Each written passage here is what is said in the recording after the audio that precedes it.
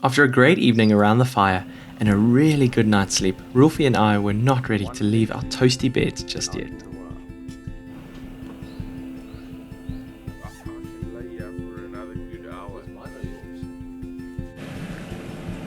Good thing we're not trying to live out of that. Packing our rigs had already become a habit. Everything has its place, and no matter who was packing what, we all knew what to do. But I must say, I think this is definitely my favorite setup on the Hilux so far. Rolfie and his dad were still mastering their setup and figuring out all the new equipment.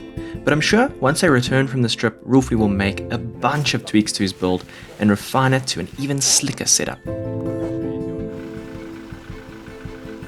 I took some time to show my dad how to use the InReach Mini and the Overlander so he could keep in touch with my mom back home if need be. Like if we've got no signal or whatever, we can still send them a little message. Yeah, at least like we can be anywhere on the planet and send them a message. Exactly, I think that's what's nice. So it's nice to be able to send that. We'll just share the map a little bit. You can see what's going on. And then plus, I mean, have that tracking your whole trip and stuff. That's always nice. With our Garmin, we tracked every second of our trip and could share our location with the folks at home on a live map. So we gave our insurance broker Frikkie a link to it too, so that if anything went wrong at any point, we could contact cross-country insurance for help and they would know exactly where we are. It's not something you want to have to use, but if you have to use it, you're going to be really grateful you have it. This is beautiful. This is absolutely stunning. And it's completely different to yesterday. Absolutely. Doesn't that remind you a little bit of the three rondavels in Blyde River Canyon? Yeah, it's like this is like a Blyde River Canyon if you had to take it and put it on Mars. Yes, exactly. Absolutely exactly. That is But that perfect. there, oh, that's good. Beautiful. I want to take some pictures. The Fish River Canyon really is a worthwhile spectacle. The scale, it's hard to convey on camera, but if you ever get the opportunity to visit it, go for it. You will not regret it. Do like we did and explore all the different viewpoints to get the best perspective of it all. Now, it was time to make our way to the Klein Aus Vista camp. We had a decent stretch of gravel road ahead of us before we would eventually meet up with the highway again and make our way to the town of Aus. This series of Roam Overlanding is presented in partnership with Garmin and supported by cross-country insurance consultants, Bushtech aluminium canopies, Jackery South Africa, and Easyone. Well, Rolfie, I guess that's Fish River Canyon off the bucket list. I guess so, eh? A bit bittersweet, but it's time to move on to the next amazing landscapes. It had now become customary to find somewhere to stop for brunch, but today's stop would be way more quirky. The Canyon Roadhouse was a fantastic little oasis in the middle of the Gondwana collection. With so much interesting motoring memorabilia, it really had everyone chatting and sharing stories about the old days. But what we were all interested in most was their famous burger, which was indeed worthy of its fame and its hefty price tag.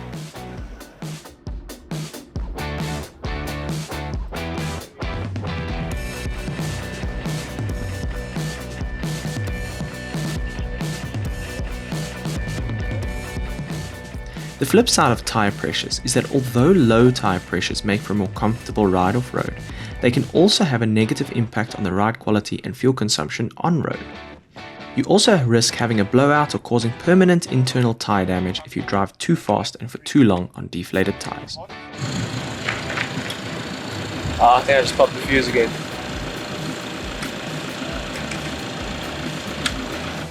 The one thing we forgot to pack. Extra fuses. And here, only on day 2 of the Namibia trip, my compressor's blown. Luckily, Rolfie had me covered with his and we were back on the road in no time. Namibia really does host some of the best highways in southern Africa. They aren't particularly wide, but they traverse truly incredible scenery. Things were starting to change in dramatic ways.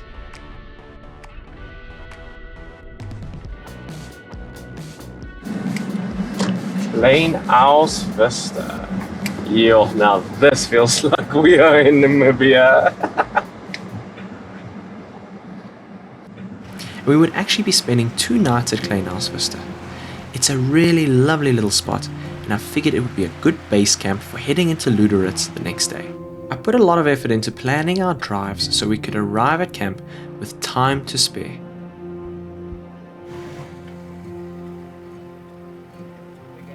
One of the challenges with tents is always trying to find level ground, and pretty much every time we got to camp, I had to use my max tracks to try and level out the vehicle as best as possible. It's a really great little trick and it works really well. When you're traveling in a group, sometimes it's good to just take a little bit of time for yourself, sit down, soak in the scenery, and just think about life. It's good to do it out in these beautiful places. This feels a lot more like Namibia now. Now that we've moved so far away from the SA border now. This is, especially when we pulled here, and that even just that driving through there. When we went through those plains, Yeah, that's where it changed. yeah. From that Mars-like environment to what Namibia looks like on all the photos. We had lots of little friends at our campsite, and it was very cute, but you can tell a lot of people feed them because they expected the same from us, but we will not cave in to their cuteness. Getting to camp early means less time in the vehicle, and we can really make the most of some extra solar power. So the solar panels came out so we could keep all the batteries topped up and everything fully charged over the evening. What a spot! It really is a fantastic campsite. I was looking forward to the sunset, and considering we had massive open skies above us and no moon in sight, we were going to have some spectacular views of the Milky Way tonight. I figured it was time to set up the tent. I like to give it some time to air out and get rid of the heat from the day. Usually I just zip up the fly nets so it can breathe, but still keep all the bugs out. The temperatures drop quite dramatically at night, but I try to keep the fly net open as much as possible so I can still see the stars at night when I go to bed. Rolfie was loving his tent. He had just bought it before the trip, and now he's really turned it into his very own bush palace.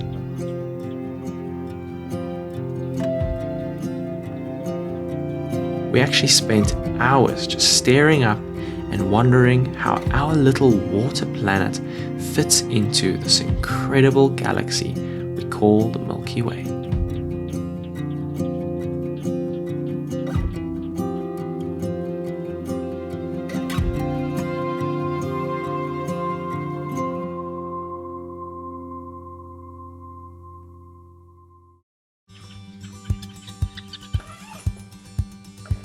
The next morning we woke up bright and early, well rested and ready for an adventure.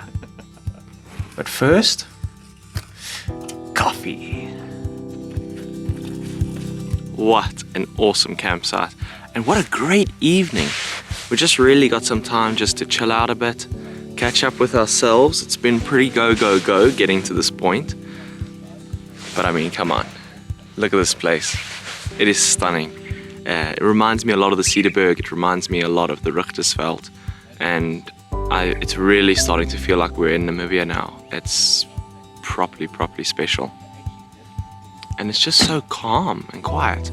This particular campsite's quite close to one of the main roads though, so we did have some trucks and stuff going by, but it really didn't detract from the experience much at all. And I must say the stars last night were just crazy. Very beautiful. Unfortunately difficult to capture because of the position of the Milky Way and stuff like that, but still beautiful. But yeah, today we're going to be heading into Lüderitz. We're going to go and see if we can go and check out the Kolmanskop abandoned ghost town, the town that's been taken over by the desert. I think it's something that is quite cool to see, so we're looking forward to it. While we're in Luderitz, we can maybe stock up, get some cards, stuff like that. We still haven't managed to do any of that stuff. So yeah, everything so far is going really, really well, and the trip is unraveling in such a beautiful way. Anyways, we're gonna pack up now, get going, and go and see what Lüderitz is all about.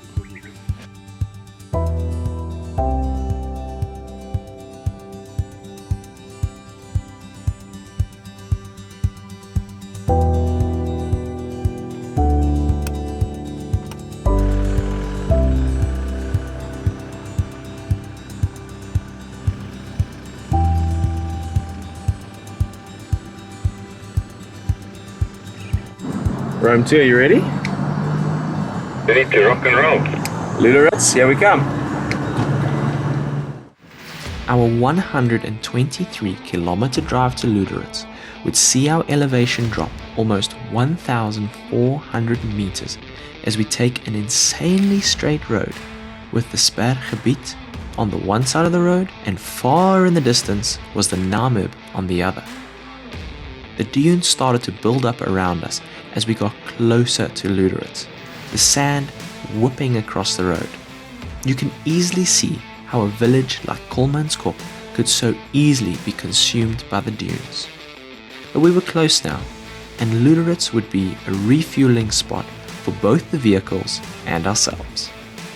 It was a very quaint little town, but didn't have much for us to do. So we went to go and see what was happening at this Diaz point we noticed as we came in. Now this was more like it for us.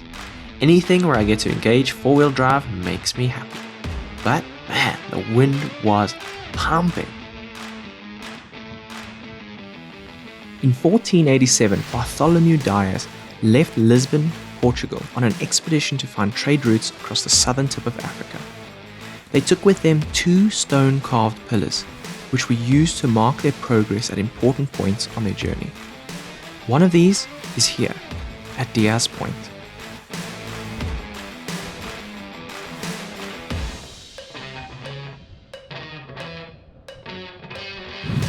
It's so windy!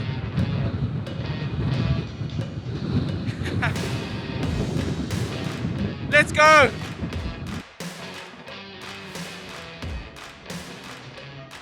How's your rear right tyre? Is it also quite low in comparison to those? My rear left is 0.1 lower than my rear right. I'm a bit concerned because mine is now 0.4 bar lower than my back left. I just watched it tick from 2.4 to 2.3. Just get around the bend there, and then we're going to pull over. I just want to check the rear right tyre. I don't know if you drive faster or slower or... My rear right is down to 2.1 now. So I think maybe we need to just... Yeah. We need to pull over sometime, but let's just see if we can get away from this wind a bit. Yeah, I think if you get to 1.8 then we must stop. You're gonna skip Kolmanskop, eh? Yes please, sir. Not with all of this going on. Just careful here, Rolfie. Just careful here. I think we're in a Namibian dust storm right now. Back right is that 2 bar, eh? Let's turn left here and see if we can hide our way behind a building or something. To check your tyre. They'll let us in there. I don't think we're gonna get in there. It's the airport. Oh, but let's turn here. We can hide behind this building. Okay.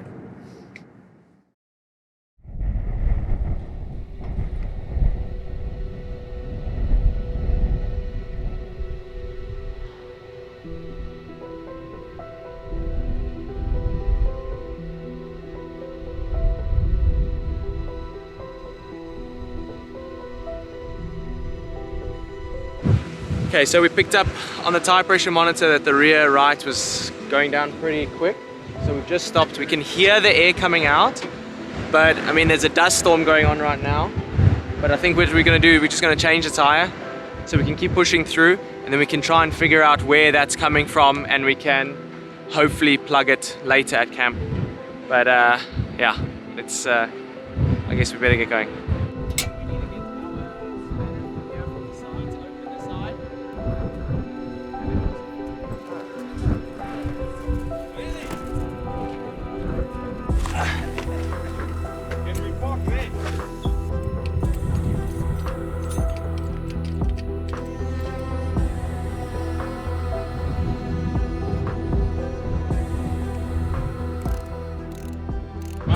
So this is apparently a good sandstorm in Namibia.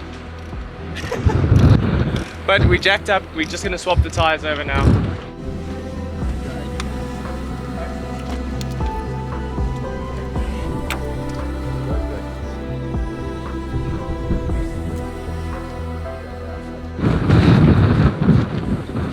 Oh, there we go. What is it? Huge piece of metal.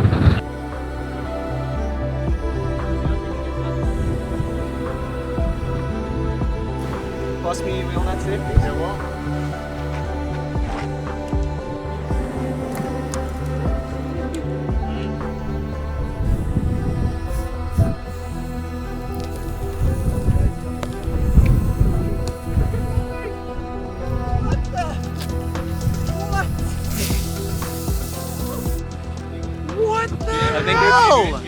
I do have plugs. That piece of steel came with Bartolomeus Diaz.